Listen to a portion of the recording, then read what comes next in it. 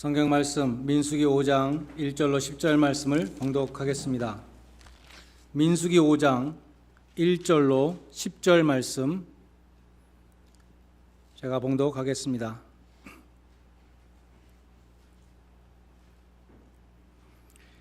여호와께서 모세에게 말씀하여 이르시되 이스라엘 자손에게 명령하여 모든 나병 환자와 유출증이 있는 자와 죽음으로 부정하게 된 자를 다 진영 밖으로 내보내되 남녀를 막론하고 다 진영 밖으로 내보내어 그들이 진영을 더럽히게 하지 말라.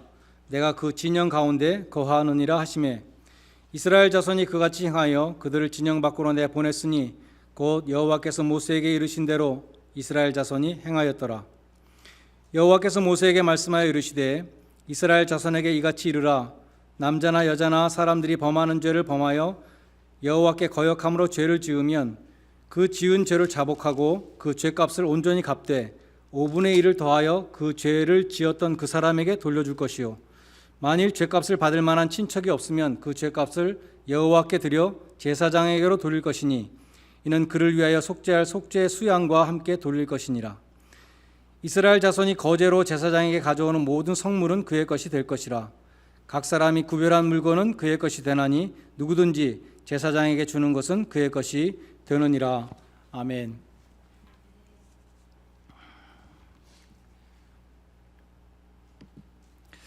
요즘 우리는 쿼런틴이라는 단어를 많이 듣습니다. 코로나 바이러스는 호흡기 전염병이기 때문에 다른 사람에게 전염되지 않도록 격리시킨다 라는 그런 뜻이죠.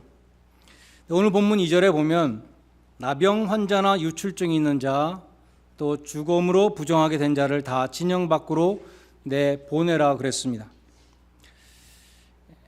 죽음으로 부정하게 된 자는 시체를 만져서 제의적으로 unclean하게 됐다, ceremonially unclean하게 됐다는 뜻이죠. 그리고 유출증이라는 단어가 나오는데 영어 성경은 discharge로 번역되어 있습니다. 우리말 성경의 공동 번역이나 새 번역에 보면 고름을 흘리는 것으로 번역했습니다.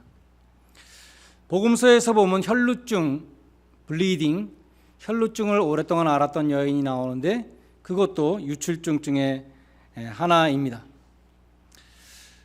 다 이 전염성이 있다고 보는 것이죠.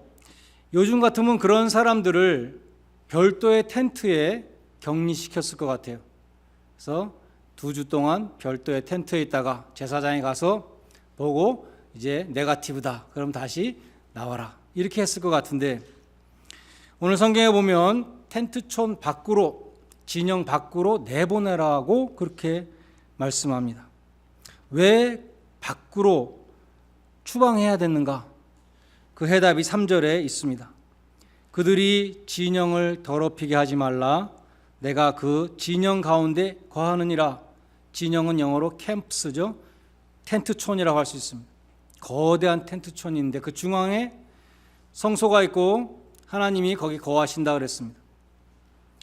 그래서 하나님의 거룩함을 훼손시켜서는 안 된다. 이 더럽힌다는 단어 영어 성경에 보면 defile인데 하나님의 거룩하심을 훼손시키는 것이죠. 진영에는 부정한 것이나 죄가 있으면 안 된다. 왜냐하면 하나님이 그 가운데 계시기 때문에. 그래서 더러운 것이나 죄나 부정한 것, 이 모든 것들은 진영 밖으로 내보내야 된다라고 말씀했던 것입니다. 신약에서도 그런 곳이 있어요. 사도 바울은 고린도 교회를 향해서 하나님의 교회를 심히 더럽히는 사람이 있었는데 그 사람은 교회에서 내보내야 된다라고 말씀하는 곳이 있습니다.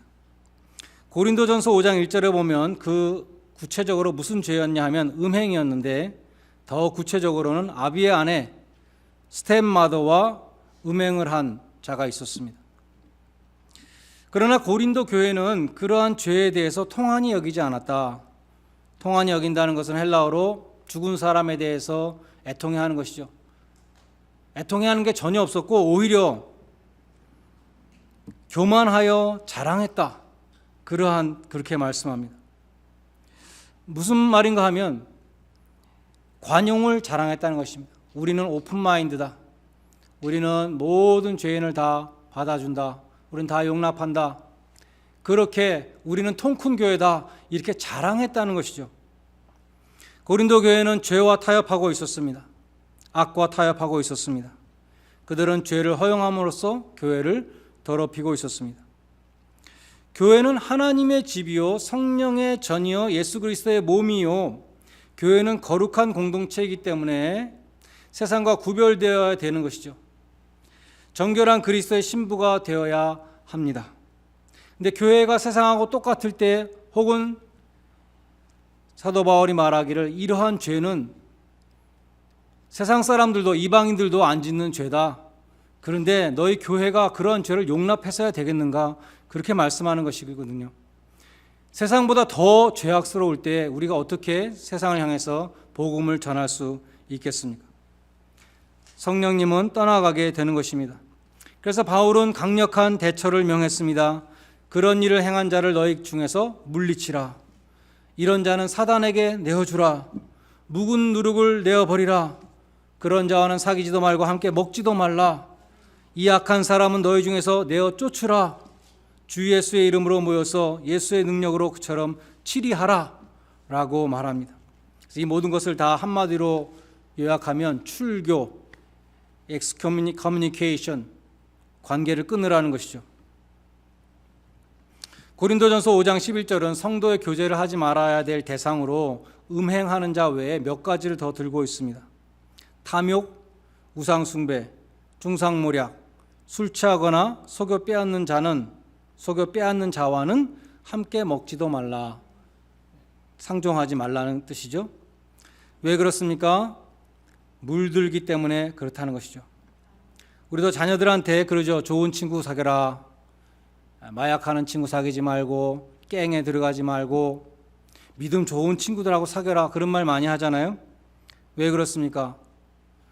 누구와 친교를 하느냐, 어떤 친교권을 내가 형성하고 있느냐에 따라서 나는 많은 영향을 받기 때문입니다. 서로 영향을 끼치기 때문입니다. 그래서 고린도전서 5장은 누룩의 비유를 들었어요. 적은 누룩이 온 덩어리에 퍼지는 것을 알지 못하느냐. 한두 사람이 교회를 더럽히고 있을 때 그것을 바로잡지 못하면 온 교회에 그 영향이 끼치게 된다는 것입니다. 그런 괴악하고 악독한 누룩을 제하여 버리라 라고 명하는 것입니다.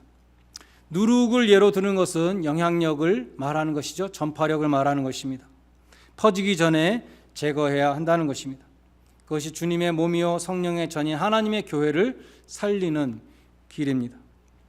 오늘 본문 2절에 보면 진영에서 내보내야 될 사람들 중에 제1순위가 누군가 하면 나병 환자입니다. 영어로는 레퍼고, 우리 전에 한글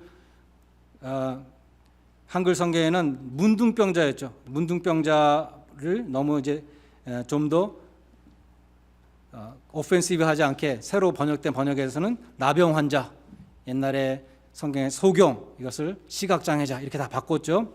그래서 문둥병자를 나병 환자로 지금 번역하고 있습니다.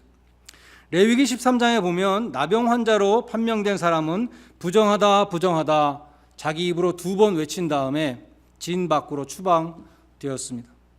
가족들을 만날 수도 없었으며 성소에 가서 제사를 드릴 수도 없었습니다. 진 밖에 따로 오두막집을 짓고 하나님의 은혜로부터 단절된, 성도의 교제로부터 단절된 생활을 하게 되었습니다. 나병은 고통 없이 뼈와 골수까지 썩어 들어가는 병입니다. 자신도 모르는 사이에 온 몸이 다 부패됩니다. 뿐만 아니라 나병은 전염이 되는 병입니다. 나병 환자가 만지는 것마다, 움직이는 곳마다 병균이 전염되는 것이죠. 이 나병은 그 속성이 죄와 매우 비슷합니다. 죄도 똑같죠. 죄도 똑같이 자신도 모르는 사이에 자신을 부패시킵니다. 죄는 다른 사람들에게 전염성이 있습니다. 죄는 자신의 삶과 다른 사람의 삶을 파괴합니다. 그런 의미에서 이 성경에 나오는 나병 환자들은 죄인을 예표하는 것이죠. 부정하다 부정하다, 이 외침은 하나님 앞에 선 죄인의 외침입니다. 나병 환자는 진중에 거할 수 없었습니다. 마찬가지로 죄인도 하나님이 거하시는 곳에 거할 수가 없습니다. 이스라엘 백성들이 출애굽해서 40년 동안 광야 생활할 때에 거대한 텐트촌을 가는 곳마다 형성했는데 거기에 하나님이 계시기 때문에 그 텐트촌 안에 나병 환자가 들어갈 수 없었습니다. 나중에 예루살렘 성전과 성전 중앙에 있는 성소로 이것이 발전이 되었고 오늘날로 말하면 우리에겐 교회인 것이죠. 그리고 장차 하늘 도성인 천국을 예표하는 것입니다. 다 하나님이 계신 곳이죠. 하나님이 계신 그 공동체에 죄가 있어서는 안 되고 더러운 부정한 것이 있어서는 안 되고 하나님의 속성상 하나님은 죄와 같이 계실 수 없기 때문에 그 사람들을 내보내라 라고 말씀한 것입니다. 여기에 복음이 있습니다. 히브리서 13장에서 여기서 복음을 찾아내고 있어요. 히브리서 13장 11절에 보면 이렇게 말합니다. 속죄 제사를 드릴 때 속죄 양을 갖고 와서 그 속죄 제물에게 안수합니다. 그래서 자기가 지은 죄를 다 그 양에게 전가시키죠. 전가시킨 다음에 죄값을 받고 그 양이 죽습니다. 피를 흘립니다. 그게 속죄의 피죠. 그렇게 죄값을 대신 치룬 이 짐승은 진영 밖으로 내다가 불사르라 라고 말씀하는 것입니다. 죄를 다 뒤집어 쓴 죄악 덩어리이기 때문에 그걸 진영 밖으로 성소에서 번제로 드리는 것이 아니라 그것은 진 밖으로 내보내서 거기서 불사르라고 그렇게 규정이 되어 있었습니다. 그런데 히브리서는 거기서 이렇게 복음을 유추하고 있습니다. 그러므로 예수도 성문 밖에서 고난을 당하셨느니라. 짐승의 육체가 영문 밖에서 outside the camp죠. outside the camp. 근데 성문 밖에서는 outside the city gate. 예루살렘 성문 밖에서 예수님이 십자가에 달리셨습니다. 예수님이 성문 밖에서 속죄의 제사를 드리고 죽으셨다는 것은 죄인의 자리에서 고난당하셨다는 것을 의미합니다. 부정한 자들이 더러운 자들이 사는 그 영문 밖에서 범죄자 중에 한 사람으로 취급을 당하시고 우리를 위하여 저주를 받은 바 되사 하나님으로부터 버림받는 저주를 받으셨던 것입니다. 그것이 나병 환자를 비롯해서 부정한 자들을 진 밖으로 내보내라는 말씀 속에 들어있는 복음입니다. 두 번째로 오늘 본문 5절로 10절 말씀은 다른 사람에게 지은 죄에 대해서 말씀합니다. 다른 사람에게 지은 죄도 하나님께 지은 죄다. 그래서 먼저 하나님 앞에 고백해야 된다라고 말하는 거죠. 하나님 앞에 죄를 고백하고 회개해야 된다는 것입니다. 그러나 거기서 그쳐서는 안 되고 피해를 준 사람에게 가서 보상을 해야 된다는 것이죠. 영어 성경은 restitution이라는 단어를 썼는데 보상해야 한다는 것입니다. 다른 사람에게 피해를 줬는데 내가 첫째는 하나님 앞에 회개해야 되는 것이죠. 근데 내가 회개했으니까 난 그거로 끝이다. 하나님하고 다 해결했으니까 나는 이제 더 이상 다른 사람에게 준 피해에 대해서는 생각할 필요가 없어. 그래서는 안 된다는 것입니다. 영화 밀양에 그런 장면이 나오죠. 나는 하나님 앞에 다 용서받았습니다. 그러므로 당신도 나를 용서하십시오. 라고 간단하게 뻔뻔스럽게 말해서는 안 되고 하나님 앞에 고백했어도 피해를 준 사람에게 보상을 해야 된다는 것입니다. 내가 어떤 사람에 대해서 거짓말로 소문을 퍼뜨려서 그 사람의 명예를 훼손했으면 하나님 앞에 내가 잘못했습니다 라고 회개하는 걸로 끝나서는 안 되고 그 사람의 명예를 회복시켜줘야 한다는 것이요. 하나님은 다른 사람에게 입힌 피해를 보상하라고 말씀하는데 성경에 보면 100% 보상하는 것이 아니라 120%를 보상하라고 그렇게 규정하고 있습니다. 성경에 보면 세리장 삭개오가 있었죠. 동족들로부터 막 세금을 걷어서 일정 비율을 자기가 가졌습니다. 그러니까 동족들로부터 많은 세금을 포탈했어요. 근데 이 삭개오가 예수님을 만난 다음에 회개하고 이렇게 고백했습니다. 내 소유의 절반을 가난한 자들에게 나눠주겠으며 내가 이때까지 뺏은 것이 있다면 속여서 뺏은 것이 있다면 네 갑절을 갚겠습니다. 네 배를 갚겠습니다. 이렇게 말했습니다. 주님은 삭개오를 향해서 오늘 구원이 이 집에 이르렀다고 선포했습니다. 그러니까 우리가 회개한 사람은 피해에 대해서도 보상을 해야 되는 것입니다. 첫 번째 하나님 앞에 회개하고 두 번째 이웃에게 보상하고 끝나는 것인가 하면 오늘 본문에 보면 하나가 더 있어요. 그것은 8절에 보면 속죄의 제물을 하나님 앞에 또 드려야 됩니다. 하나님 앞에 죄값을 치러야 한다는 것입니다. 죄값은 무엇입니까? 로마서 6장 23절에 죄의 삭은 사망이라. 죄를 지은 사람은 죽어야 돼요. 그것이 하나님의 법입니다. 죄의 값은 사망이라. 근데 은혜로우신 하나님께서 나 대신 짐승이 죽어도 되도록 대속의 제도를 마련해 주셨어요. 그것이 완성되는 것이 십자가이죠. 제사장의 안수를 통해서 이 죄를 지은 사람의 죄가 짐승에게 전가되고 짐승이 속죄의 피를 흘리며 죽음으로써 죄값을 치르는 것입니다. 어톤먼트죠. 대신 죄를 용서받는 것입니다. 그것이 속죄제, sin offering입니다. 레위기 4장 32절로 33절에 보면 만일 어린 양을 속죄의 제물로 가져오려거든 흠없는 암컷을 끌어다가 그 속죄 희생의 머리에 안수하고 번제 희생을 잡는 곳에서 잡아 속죄제를 삼으라 이렇게 말씀합니다. 대속의 제도를 마련해 주셨어요. 날마다 대속의 속죄제를 이스라엘 백성들은 죄를 질 때마다 내가 죽는 대신에 짐승을 끌고 와서 그 짐승을 대신 죽여서 죄 사함을 받았습니다.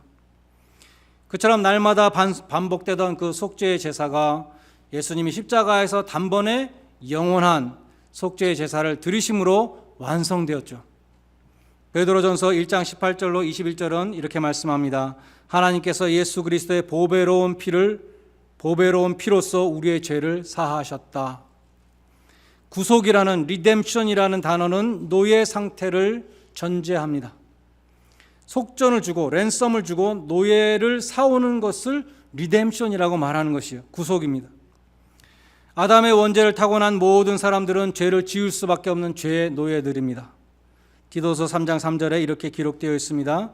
우리도 전에는 어리석은 자요 순종치 아니하는 자요 속은 자요 각색 정욕과 행락에 종노릇하던 자요 악독과 투기로 지낸 자요 가증한 자요 피차 미워한 자들이었다. 여기 종노릇했다는 것이 있죠. 노예였다라고 말씀하고 있습니다. 죄의 노예였던 우리를 사오신 그 죄값 속전이 무엇이었는가? 금이나 은으로 한 것이 아니라고 베드로전서 1장 18절은 말씀합니다.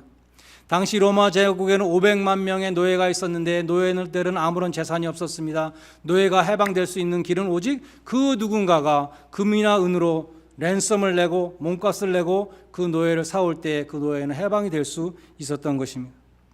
그런데 육신의 노예는 그처럼 은이나 금이나 속전을 내고 구속이 가능했지만 죄의 노예는 그러한 없어질 것들로 죄를 속할 수 없고 우리를 죄악의 노예 상태에서 해방시킨 것은 오직 하나 예수 그리스도의 보배로운 피라고 성경은 말씀하는 것입니다. 흠없고 점없는 어린 양 같은 그리스도의 보배로운 피로 우리의 죄값을 치르셨습니다. 예수님은 자기의 피를 속전으로 들이셨습니다. 말하자면 우리를 노예 시장에서 사오시기 위해서 자신의 순결한 피를 바치신 것입니다. 요한일서 1장 19절에 보면 우리가 우리의 죄를 자백하면 하나님은 미쁘시고 의로우사 우리 죄를 사하신다고 약속하셨죠. 예수님이 우리의 죄값을 치르셨기 때문에 그것이 가능한 것입니다. 그냥 말로만 되는 것이 아니고 예수님의 피값이 있었기 때문에 예수님의 십자가의 그 죄값을 치르신 공로를 의지하고 우리가 회개할 때 하나님이 용서해 주시는 것입니다. 그래서 오늘 민수기 본문에 보면 하나님께 자백하고 이웃에게 보상하고 난 다음에도 속죄의 양을 드려야 된다. 죄값을 치러야 된다. 여기도 예수 그리스도의 복음이 들어 있습니다. 마지막으로 우리가 시간상 읽지 않았는데 11절 이하는 의심의 법입니다. 29절에 보면 의심의 법이라는 그런 법이죠. NIV 성경에는 이 부분의 소제목을 The Test for an Unfaithful Wife 이렇게 되어 있어요. 결혼 생활에 충실하지 못한 와이프를 테스트하는 법입니다. 비록 증거가 없다 하더라도 남편이 의심이 가는 거예요. 이 와이프가 지금 다른 남자하고 뭐 한 것 같으다 라고 의심이 되면 남편이 아내를 데리고 제사장에게로 왔습니다. 제사장은 토기에 그릇에 거룩한 물을 담고 성소 바닥에서 흙을 취해서 그 물에다 타는 것입니다. 그리고 그 물을 여자에게 마시게 했습니다. 여자가 물을 마시기 전에 제사장은 여인에게 아멘으로 응답하라 하면서 이렇게 맹세하게 했습니다. 내가 내 남편을 두고 탈선하여 다른 남자와 동침하여 더럽힌 일이 있으면 저주가 되게 하는 이 쓴 물의 해독을 면하리라. 그러나 내가 내 남편을 두고 탈선하여 몸을 더럽혀서 내 남편 아닌 다른 사람과 동침하였으면 여호와께서 내 넓적다리가 마르고 내 배가 부어서 내 백성 중에서 저주거리 맹세거리가 되게 하실 것이다 하면 여인이 아멘이라고 말하는 것이죠. 그리고 여자가 물을 마시기 전에 제사장은 한 가지 더 했습니다. 그 저주, 지금 말한 이 저주의 글을 두루마리에 써가지고 그 두루마리를 물에다 한번 넣었다 빼는 것이죠. 저주의 글을 쓴 물에 빨았습니다. 그 쓴 물을 여자가 마실 때에 범죄한 여인에게는 저주가 그대로 임하고 결백한 여인에게는 해를 받지 않는다라는 것입니다. 저는 예전에 이 성경의 이 부분을 읽을 때 많은 의문도 생겼고 또 좀 은혜가 안 됐어요. 왜냐하면 공평해 보이지가 않는 것이죠. 왜 여자한테만? 부인이 남편에 대해서 의심이 있을 때는 아무런 규정이 없어요. 남편이 부인을 의심할 때 증거도 없는데 의심한다는 그 하나만 가지고 데리고 와가지고 쓴물을 마시게 했다는 것이 굉장히 의문이 가는 것이요. 이번에 설교를 준비하면서 많은 주석들을 보면서 우리가 오늘날 우리가 살고 있는 21세기의 이 남녀 평등의 기준을 4,000년 전에 이 민수기 당시로 그대로 적용해서는 안 된다는 것을 다시 한번 생각하게 되었습니다. 미국에서도 여자가 투표를 하게 된 것이 몇 년 됐는지 아십니까? 며칠 전에 100주년 기념이 있었잖아요.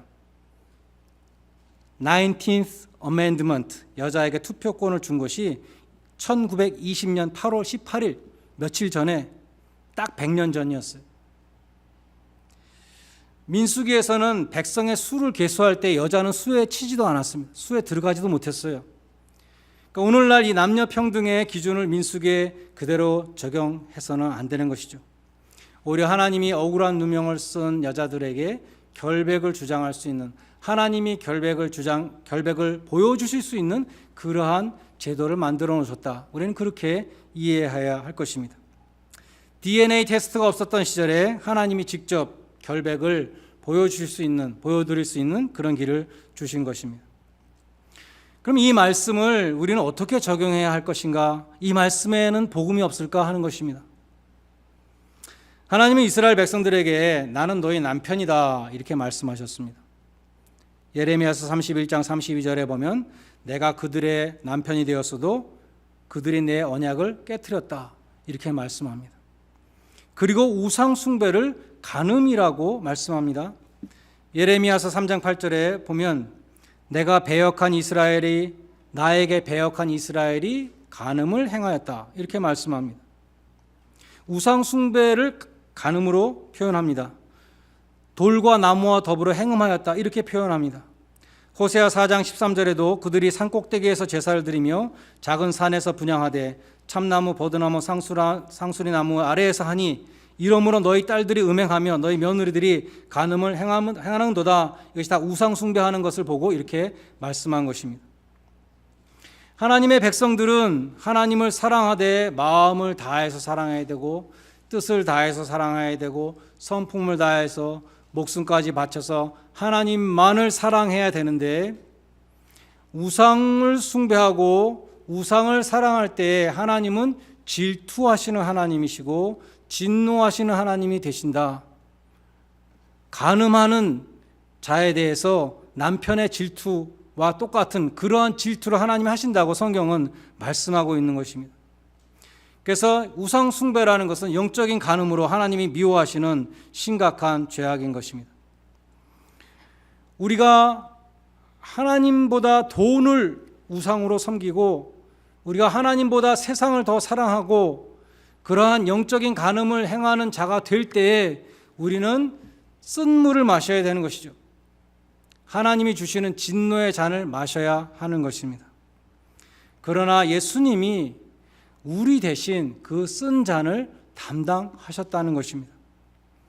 아버지여, 할만하시거든 이 잔을 내게서 지나가게 하옵소서. 그러나 내 원대로 마옵시고 아버지의 원대로 되기를 원하나이다. 순종하시고 예수님이 그 쓴 잔을 우리 대신 받으셨습니다. 성경에 나오는 잔은 구원의 잔과 진노의 잔 두 가지가 있죠. 시편 116편 13절에 보면 내가 구원의 잔을 들고 여호와의 이름을 부른다, 그렇게 말씀합니다. 나를 구원하신 하나님을 찬송하는 것을 구원의 잔을 들고 여호와의 이름을 부른다고 말씀합니다. 그러나 계시록에 보면 진노의 잔, 진노의 포도주 잔이 나오는 것입니다. 하나님의 맹렬한 진노의 잔을 받을 것이다, 그렇게 말씀합니다. 복음이란 무엇입니까? 주님께서 우리의 죄에 대한 하나님의 그 맹렬한 진노의 잔을 대신 감당하셨다. 예수님이 우리 대신 진노의 잔을 받으셨기 때문에 우리는 더 이상 진노의 잔을 받지 않는다. 예수님이 우리 대신 진노의 잔을 받으셨기 때문에 우리는 구원의 잔을 들고 하나님의 구원의 은혜를 찬양할 수 있다. 이것이 복음인 것입니다. 베드로전서 1장 16절은 내가 거룩하니 너희도 거룩하라는 레위기 11장 44절을 인용합니다. 레위기는 거룩법전이라 그랬죠. 우리가 지금까지 상고한 민수기에도 진영의 그 위치로부터 시작해서 다 하나님의 거룩성 때문에 다 이런 제도가 나타난 것을 알 수 있어요. 성소의 주변에 레위인들이 포진을 해서 이스라엘 백성들이 하나님 앞에 나와서 거룩하신 하나님 앞에 나오지 못하도록, 또 성소를 이사할 때는 제사장들만이 들어가서 이삿짐을 싸고 레위인들만이 그것을 옮기고, 이 모든 것들이 하나님의 거룩성을 훼손시키지 않기 위해서 오늘 본문에도 부정한 자들과 또 나병 자들, 유출증 있는 자들 진 밖으로 내보내라. 하나님이 계시는 진 중에는 더러운 곳이 있을 수 없다. 이 모든 것들이 하나님의 거룩을 지키기 위한 제의적인 규정들이었습니다. 리추얼. 그런데 베드로전서는 말씀하기를 너희가 하나님 앞에서 거룩한 백성이 되라. 일상생활 속에서 너희가 죄와 떨어진 하나님의 말씀에 순종하는 삶을 통해서 거룩한 삶을 살아야 된다라고 말씀하는 것입니다. 너희는 하나님의 백성이고 하나님의 거룩한 제사장이라고 말씀하는 것이죠. 이스라엘 백성들은 광야를 통과하면서 거룩하신 하나님과 동행했기 때문에 진중에 부정한 것이나 죄가 있으면 안 됐습니다. 우리도 이 세상에서 하나님과 동행하기 위해서는 거룩한 삶을 살아야 된다, 죄를 떠나야 된다는 것을 우리는 기억해야 하는 것입니다. 예수님의 십자가는 우리의 죄를 상기시켜 줍니다. 동시에 주님이 그렇게 큰 값을 치르고 우리를 성도로 삼아 주셨다. 우리의 몸값이 예수님의 피값이다. 우리 얼마나 귀한 성도들인가, 그것을 보여주는 것입니다. 온 천하를 주어도 바꿀 수 없다고 예수님은 말씀했습니다. 하나님이 그처럼 우리를 거룩한 성도로 만들어 주셨는데 사욕을 쫓는 속물로 우리가 계속 살아간다면, 우리가 성도인데도 불구하고 죄악된 삶을 계속 살아간다면 어떻게 되겠는가? 베드로전서 1장 17절에 보면 그 사람의 이 세상의 나그네 삶에 대해서 하나님이 심판하실 것이다 라고 말씀하는 것입니다. 여러분 모두가 내 몸값이 예수님의 피값이라는 사실을 마음 깊숙이 명심하고 그 값에 합당한 거룩한 삶을 살아가는 주님의 귀한 백성들 되시기를 주님의 이름으로 간절히 축원드립니다. 기도하시겠습니다. 하나님 아버지, 죄와 함께 거하실 수 없는 하나님께서 예수 그리스도의 십자가 복음을 통해서 속죄의 길을 열어주신 것을 감사드립니다. 이 광야와 같은 세상을 지나갈 때에 우리가 거룩한 성도로서 하나님과 동행하는 귀한 복을 허락하여 주시고, 죄악의 그림자가 우리의 교회, 우리의 가정에 깃들지 않도록 주님께서 정말 천국을 이루는 그러한 가정이 될 수 있도록 우리의 가정과 교회를 주님께서 붙들어 주시옵소서. 예수님의 이름으로 기도드리옵나이다.